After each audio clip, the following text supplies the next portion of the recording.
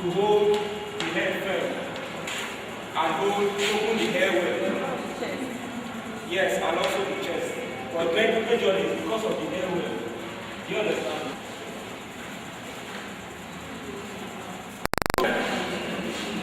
My friend, talking to Tiana Bawa. Yes, come on.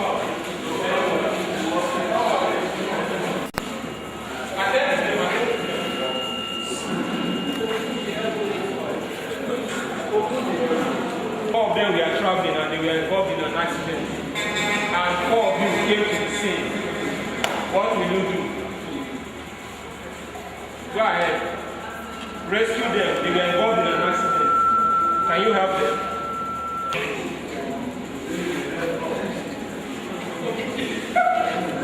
How do you check for breath?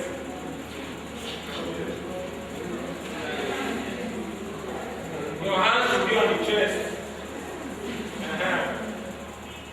The person give breath. The person is not breathing. You are in deep. You give two rescue breaths. Give two rescue breaths.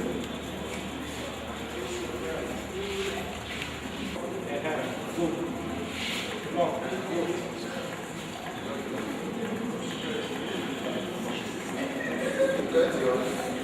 Faster. Are you close? An epileptic attack. The answer is no. For epilepsy, you don't do anything. The only thing you do for epilepsy, you get, like if it's a blanket like this or wrapper, clothes, you just put it around the person's head so that the person will not hit his or her head or any hard object. And it's in a state of accident. Like this you don't know, and you must give this first aid. What do we do to secure ourselves? Because you have to give it.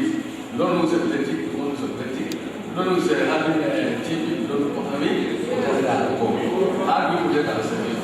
You see people now saying it's true. If Oga do not come to ask, you wouldn't have asked. You know, that's why we said safety. We consider safety. We have hand gloves, we have things, use cellophane. You can use cellophane. A friend of mine who is he just removed the bread, treat, use the waterproof as hand gloves. And now ask the villagers to give him wrapper. Pack the woman's intestine inside, use wrapper as bandage, tie around, and the woman survived it. You can improvise. Like people like this, you could use your hanky. There's also what we call the pocket mask. It's sold for 4,000, 5,000. You can have it for your own personal use. It's just something you use, you put it on the person's face, and you can blow into it. These are some of the things you can do to protect yourself.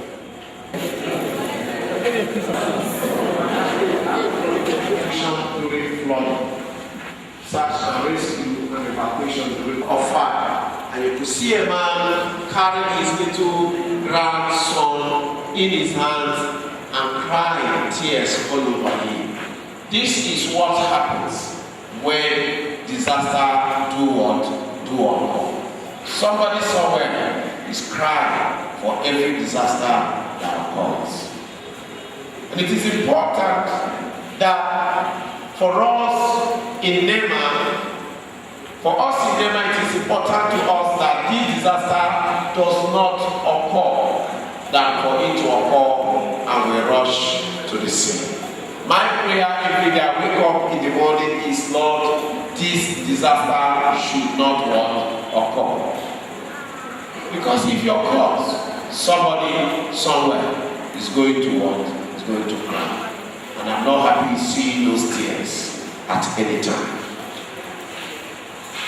What we're going to do today, we are looking at an overview of what we're going to talk about. The first thing is what is fire. Then we talk about classes or different types of fire. And then we talk about major causes of fire. That's where I like dwelling on causes of fire and prevention of fire. I don't spend time on prevention of fire. I spend time on causes of fire than prevention of fire. Because I believe that if every one of us knows the causes of fire, and then we avoid it, then we have what? Prevented. Is that not true? So we talk about safety tips in case of fire and basic firefighting technique. That's fire. Man's best friend and man's what? Worst enemy. Is that fire? Yes, my friend, you were.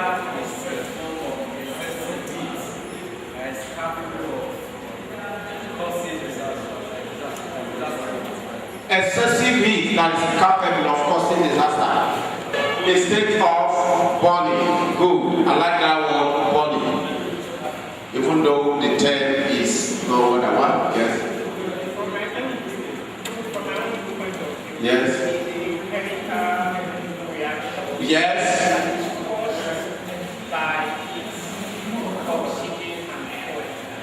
Chemical reaction. Yes. I like that word, chemical reaction. I like the word heat. I love the word oxygen, and I like the word fuel.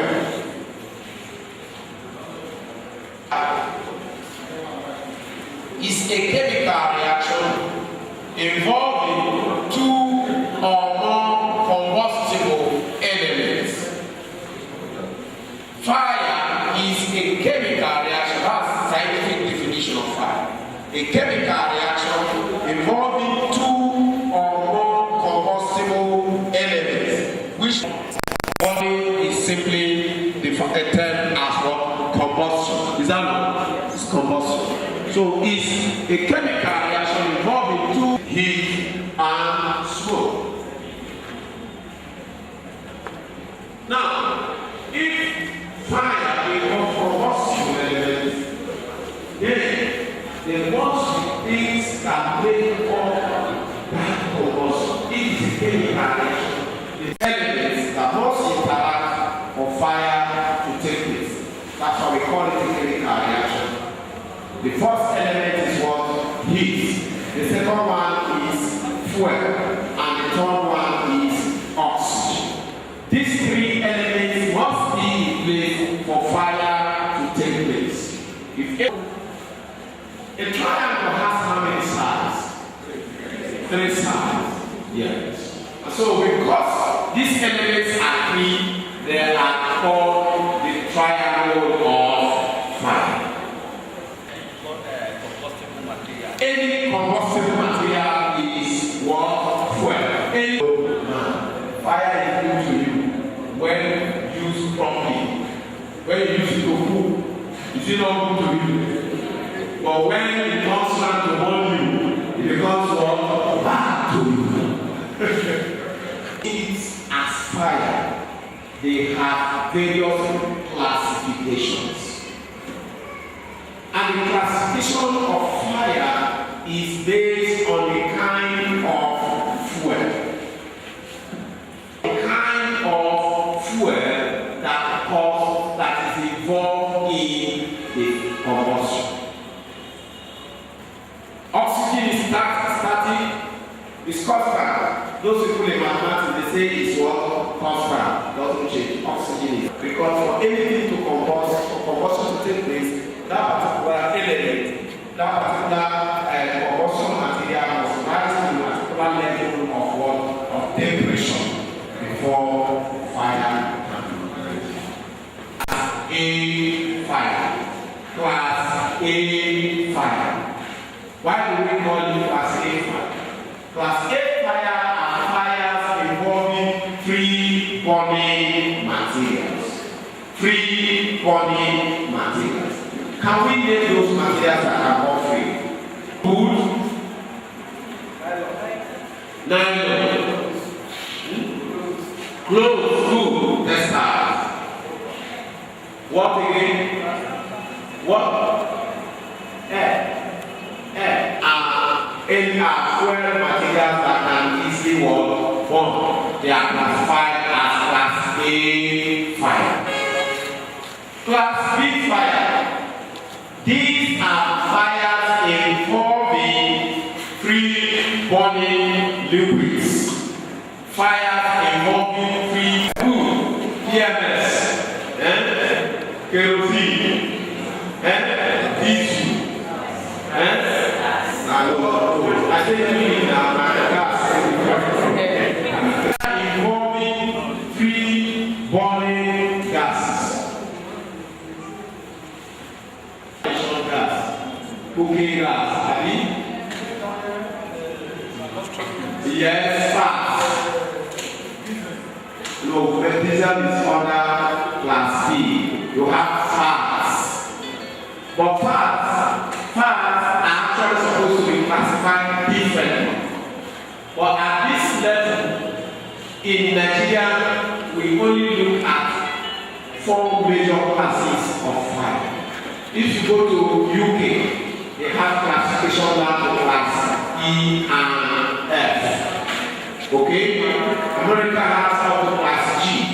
But in Nigeria, we have 3 major classes of fire. We have fire class C, fire involving 3 burning gases, methane, acetylene. And then class D, we have fire involving 3 burning metals. Metals are carbon. And some of those metals are sodium, calcium, and potassium. The type of things involved, you know the type of material you can use to fight them. When we go to firefighting technique, we talk about it. Now,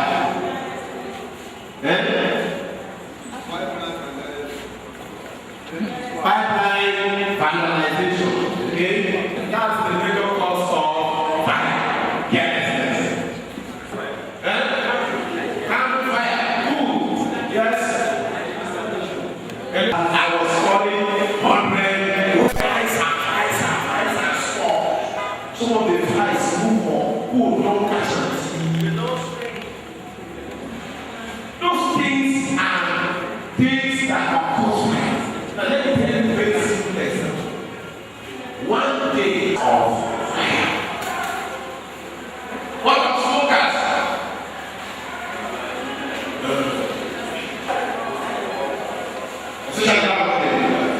There is short circuit in the system. Once there is short circuit, there will be partial contacts inside the conduct. And then you will be happy. You may not see it. Suddenly you see that the wire is very hot. And when you look at one point, you will see small burning that forms one small. If that short circuit is happening where the free burning material is, it will lead to what outbreak of fire. Another one is overloading of cable or equipment. Some of us, have you ever plugged something on a socket and after some time you came to plug out the extension rod from the socket and you see it go to the socket? It's bubbles. What do you think causes it? Overload. Lock nuts. Loose nuts. That should be loose nuts, not loose nuts. Okay, loose nuts and cable conductors. Like faulty electrical motors, that's for gases, fusions or wire cables, not properly secure. Use of unqualified electricians and also use of low quality materials. One of us is we buy this multi-socket, it has a fuse inside. We plug it and suddenly the thing trips off and then it's discover that it was a fuse. Instead of you getting the original fuse, just like there's a wire, just sometimes join outside, you see that shout. Make you shout to move out, fire, so that your next door neighbor will say, fire, don't force. This fire is strong. Fire service. Hear me. Every big fire started small. Another thing is, if the fire exceeds your capacity, do not stop to investigate it. What do I mean by it exceeds your capacity? Maybe at this point, you cannot find it. Don't stop to investigate what caused it. How did it happen? Don't waste time. Use your escape route to get everybody out and meet at an agreed point, which is called 4 doors. And only the door you need to go through, that's the one you need to leave open. Why do you need to close 4 doors? When you close the door, you escalating to other areas, you restrict it to that point. Assuming you didn't hear on time, and before you came down, there is a lot of smoke all over. How does fire work?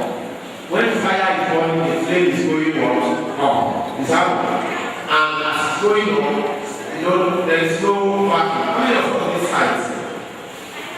There is no what? No vacuum. Is that so? If the smoke is going up, if something is replacing it, that one. The simple idea here is that as the smoke is going up, oxygen is taking the down part of it.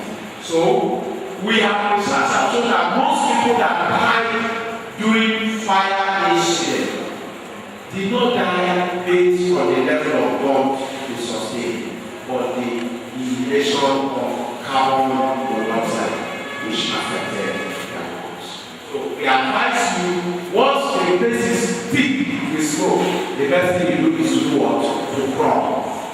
Crawl. While you're crawling under, you breathe the good air while the smoke is up. You give details to fire service when they come. When you have run out of the place, don't say, hey, I forgot my GSM phone, that might sit there, I can't leave it. Please, if you have come out, remain outside. The sweepers normally use stove, and that's complete, it's gas food.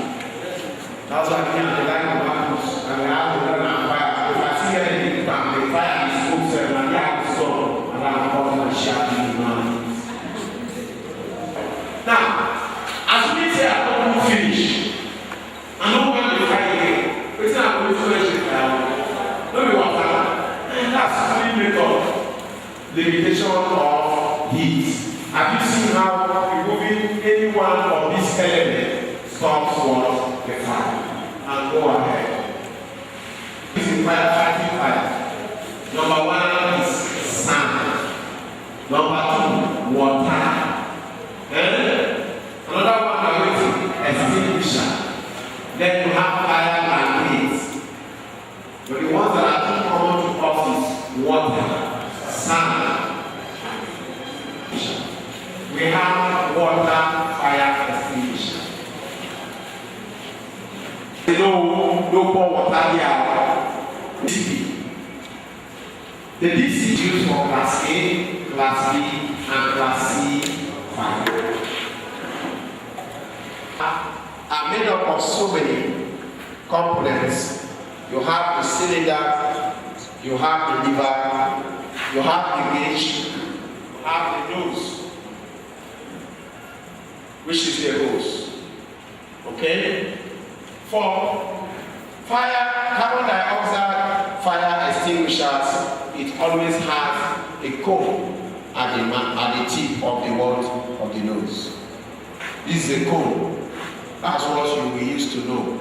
Another good thing is that it's always in a black cylinder. Now, normally that is a conventional color. Actually, we have conventional colors for fire extinguishers. But in Nigeria, since Nigerians started refueling fire extinguishers, in most cases, they do not follow the conventional colors. But conventionally, blue band on the fire extinguisher signifies that the extinguisher is DCP. But sometimes these bands are not there. So what you look at is at the label that is pasted on the fire extinguisher. That's what tells you the kind of fire extinguisher it is. Extinguisher. It has a clock gauge. This gauge here is actually identifying the pressure level on this extinguisher. The gauge has, the clock has two bands. This, it looks at it. Once it discovers that the gauge is on the red list, it tells you, that this extinguisher is fire. So that's why when you do the extinguisher. Because some of you will go to buy a extinguisher, or even those that are selling and they sell a fire extinguisher. I've got to buy an extinguisher, and the first one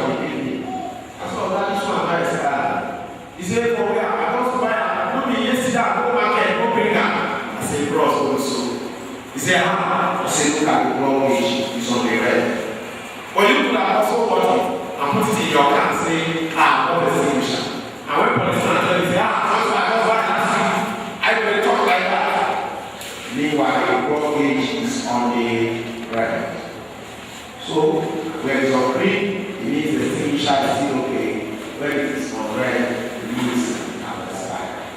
Stop this lever from compressing. So if you want to use extinguisher, you will practice what we call PASS. P-A-S-S. The first thing is to pull the P. That's what the P stands for. Pull the what? The P. Then A is in the base of the fire. If you find the fire from up, it will make no impact. So you need to aim the base of the fire. And then P, the next P says press or squeeze the handle. Squeeze it like this. Squeeze it. Squeeze it. That's what that first S has. And then the last S, which is making it pass, is sweep. Don't fight fire. You sweep, you end the base, and then you sweep from side to side. Questions? I carried this fell down a long time and it was pouring, started pouring. And there was nothing we could do at all. The fire service was located. It burns over 20 cars. Let us catch fire. Yes. After that, after fire service came. Before they came. Before they came. It burned all the cars along there. Why did I have to wait that? Now, fire in the house, as in cannot run. The fire will carry on. I don't know how to put it anyway. There will be no fire as it absorbs itself and it will quench. So what is NEMA doing in Nigeria to see as in such a place that in our homes today, fire can be reduced? thank you, my brother. I like when people cite an example with London, US, Israel. When you go to London, their emergency system works very well. If a man wants to build a house, he needs approval from fire service on the design of the house. But for Nigeria, even urban development, whenever that place is one of the biggest hotels in Delta State. It's called the Garden Estate Hotel. This place, this community you see here is in Edo State. The two pictures down is Edo State. The one at the estate is at Buda. The one this all the way is also still at Buda in Edo State. That's the woman with the child on the boat trying to find her way out of this area that I covered before. Over here. When we search and rescue here, S-A-R simply means search and rescue. When is it here? Flood disaster for which search and rescue operation would be required is that which affect people, property, and infrastructure. It's not every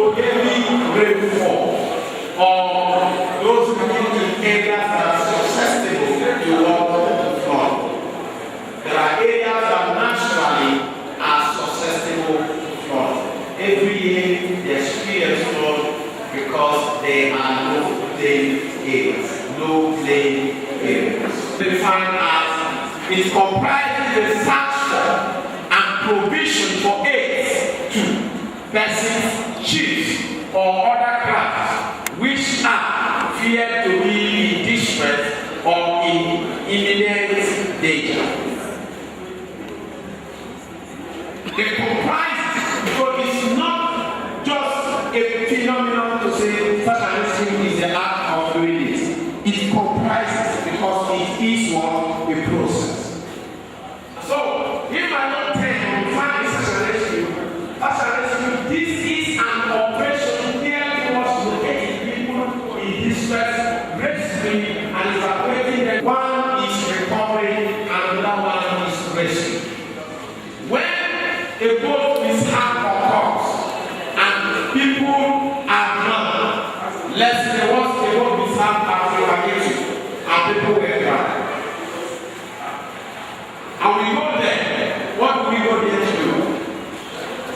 To recover the body of those that are there. It's not a rescue mission, it's just a recovery process. You just want to recover the body of those that are there. You have discussed the Bible? Yes. Let's assume that something happened in an house at the second floor.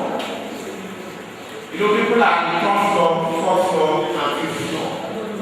What happens to those at the fifth floor, third floor? They are what? Let's assume there is a very serious fire and they can't access the staircase. What is happening to those people? They are trapped. What do they need? They need to be rescued from that. There's a collapse unit, a 3-story building collapsed. And one of the people that was staying in that building tells us that there were 20 persons in that building. And we only saw that 5 around us. What do we assume? That 15 are and trapped. What are we doing? We need to go and search for them, find where they are, and then rescue them out of the place. Now the building collapse does not mean that everybody there is what is there. So people are still going to die. So that is such a risk. But in that of flooding, it could be that during the flood, some people, let me tell you that experience. When the flood came in one community in River State, the people said, we have houseless. So when the flood came, they climbed to the wall, to the first floor, and settled at the first floor. I said, just 2-3 days, this water will go. And then they were on top of the first floor. Yes, the water did not go to where they were, but yes, they were trapped. They had no food to eat, they had no water to drink. And then they began to call for help. That is search and rescue. In that case, men need to carry boats and start moving around looking for where the people are so that they can be rescued. These are NEMA staff searching through the community in Delta State looking for those that are doing fraud. Some people climb on top of their boats. We need to do such a rescue. We need to do such a rescue because those crowds there need help. Those men, their communities are surrounded with water. They are standing at the jetty of their community and waiting for what to be moved out of their environment. So there is need for search and rescue. There is a demonstration with people that are not evacuated from one of the communities to another safer ground. Go ahead. That takes us to evacuation. What is evacuation? This is simply the process of moving people and properties from the place of distress to a safer position. Go ahead, okay, you can see that and for that point they use a tipper and trailer to move them from that place to to a safer place. Go ahead. This you can see that that's a trailer, low bed trailer, moving people, because the only way they can access the place is with a low bed trailer. That's that you can see them start rescuing an elderly man from a place. That man is a very good man, some division is not like not to that scene. That man is very good, he can't even help himself. When during the search and rescue process, they saw him walking through the water trying to find his way, and they had to rush him to bring him out from the water and carry him that way. Now go ahead, the vulnerable, that's a very old woman, that woman of Lord, they have to carry her out of her house. 2 times they wrote, brought her to that point, and they carried her out. The other old man, she men helping him out from the water. These are evacuation